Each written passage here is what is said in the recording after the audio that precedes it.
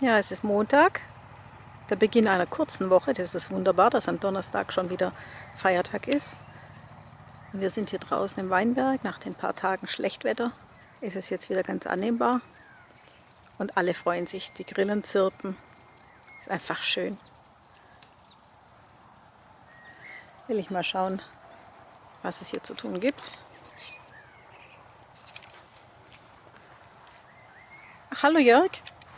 Hallo. Na, was gibt's heute zum Schaffen? Ja, jetzt sind wir so weit eingeschleift. Jetzt sind sie alle drin. Und jetzt gucke, dass ich die Schnabelhölzer ein bisschen wegmache. Die Schnabel was? Schnabelhölzer. Was ist denn das?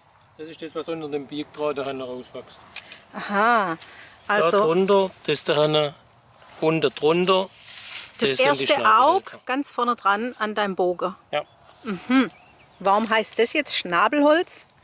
Weil das Huhn genau mit dem Schnabel bis nah kommt, oder? Wenn man es immer genau wisst.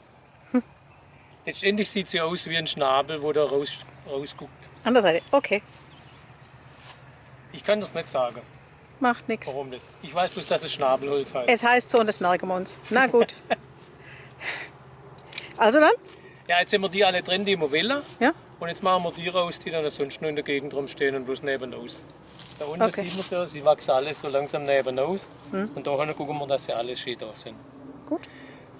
Die Philosophien sind ja verschieden. Wichtig ist einfach, dass die Trauben auch genug Luft haben.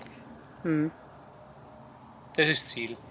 Schön trocken, damit keine Nässe entsteht. Keine Staunässe. Genau. Gut. Dann schaff's gut. Ja, Tschüss. Spaß noch. Hey Leute, hat's euch gefallen? Dann guckt doch öfter mal in meinen Kanal rein. Oder auf meine Homepage, da hat's ein ganz nettes Programm. Bei uns ist nämlich etwas Butter.